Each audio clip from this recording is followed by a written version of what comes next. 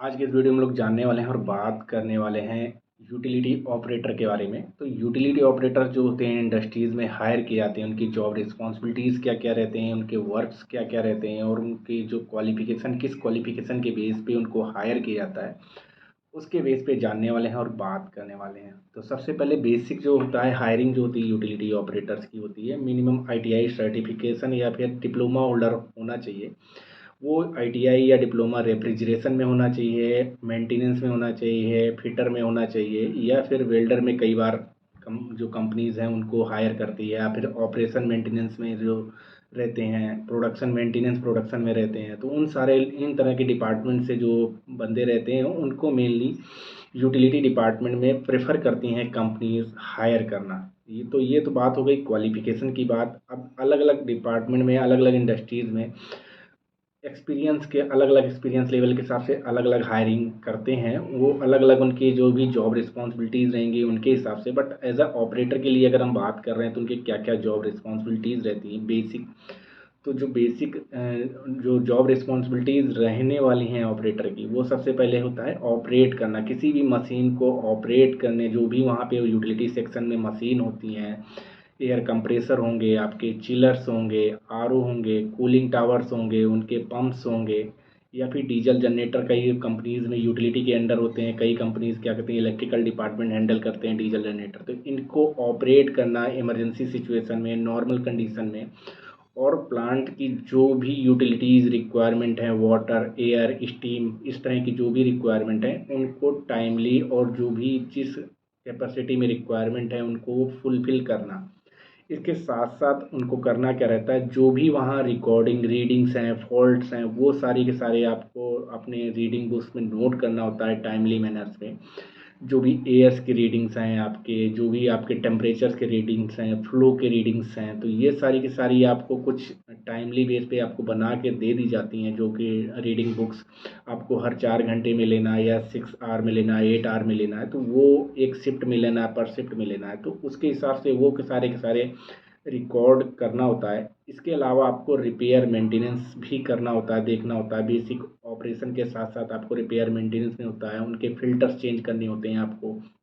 DG में आपको ए check, B check, सी check जो भी आते हैं आपके, उनके फ़िल्टर चेक चेंज करने हैं, उनके ऑयल लेवल चेक करने हैं, ऑयल चेंज करने हैं टाइमली बेसिस पे, जो टाइम बेस्ड मेंटेनेंस के बेस पे आ जाता है आपको। कंप्रेसर के जो फ़िल्टर होते हैं, सेपरेटर्स होते हैं, उनको चेंज करना होता है आपको टाइम के बेस पे, टाइम बेस्ड मेंटेनेंस के हिसाब से, कितने आवर्स के बाद, कितने घंटे के बाद या कितने मंथ के बाद जो चेंज होने वाले हैं वो सारी चीज़ें आना चाहिए आपको। आरओ सिस्टम में आपको क्या क्या डी स्केलिंग के लिए कौन से केमिकल से डी स्केलिंग करना है, कूलिंग टावर्स में कब कितना केमिकल आपको वाटर के साथ ऐड करना है ताकि स्केलिंग ना हो कहीं भी जाके लाइंस पे। आपकी एयर में जो भी कंप्रेसर एयर प्रोड्यूस कर रहा है उसमें मॉइस्चर फ्री एयर जाए, उनमें आपके टाइमली उससे मॉइस्चर ड्रेन हो रहा है, आपका प्रॉपर बन रहा है कि नहीं बन रहा। तो ये सारे के सारे काम बेसिकली यूटिलिटी ऑपरेटर्स के आते हैं, जिनको देखना रहता है। इसके अलावा उनको मेंटेनेंस, जो बेसिक प्रॉब्लम्स आती हैं उनका मेंटेनेंस करना, प्लांट शटडाउन के टाइम्स पे पंप्स का, मोटर्स का मेंटेनेंस करना होता है, फ़िल्टर्स का, कूलिंग टावर की फ़िल्टर्स को कुल जो आपको क्लीनिंग करना होता है, चेंज ओवर करना होता है। इसके अलावा फिंसेस को क्लीन करना होता है।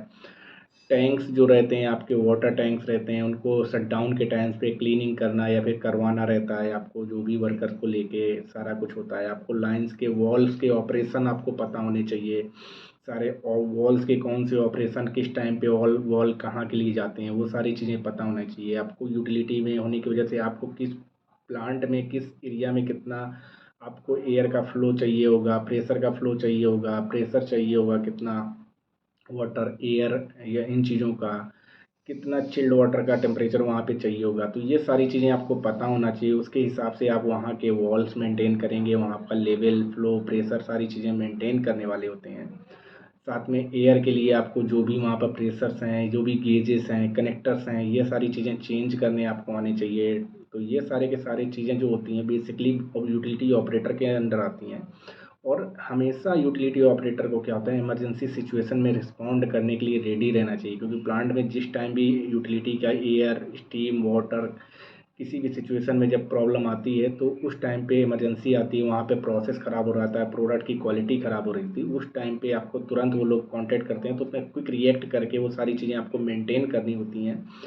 और अगर नहीं होता है तो जो भी सीनियर टीम को इन्फॉर्म करना होता है, ये सारी चीज़ें यूटिलिटी ऑपरेटर के अंडर आती हैं। इसके अलावा जो भी आपकी शिफ्ट्स में प्रॉब्लम्स आ रही हैं या नॉर्मल शिफ्ट आ रही हैं, जो भी रीडिंग्स लिया हैं, वो सारी चीज़ें आपको लॉग बुक में जो भी आप डेली का वर्क है अपनी शिफ्ट का, वो सारी चीज़ें उसमें आप मेंशन करते हैं, रिकॉर्ड करते हैं, बनाते हैं। उसके अलावा आपको जो भी स्पेयर्स यूज़ किए हैं, आपने जो भी आज काम किए हुए हैं रिपेयर मेंटेनेंस में या फ़िल्टर्स चेंज किए हैं, ऑयल चेंज किए हैं, वो सारी चीज़ें उनमें मेंशन करना होता है, ताकि आगे जाके इसको वो दोबारा से मंगाए जा सकें। नेक्स्ट शिफ्ट में लोगों को पता होना चाहिए कि आप क्या-क्या जो भी प्लांट में प्रिवेंटिव मेंटेनेंस आपने किया है, टाइम बेस्ड मेंटेनेंस में कोई काम किए हैं, शट डाउन हुआ था, किसी मशीन में प्रॉब्लम आया था, वो सारी चीज़ें की हैं। तो ये सारी चीज़ें जो बेसिकली होता है यूटिलिटी ऑपरेटर के अंडर ही आता है, और इनमें अगर आप सारी चीज़ें पता हैं तो आपको काफ़ी अच्छे तरीके से ऑपरेशन एंड मेंटेन कर सकते हैं यूटिलिटी ऑपरेटर में। तो ये बेसिक चीज़ें आपको जानकारी होनी चाहिए कहीं भी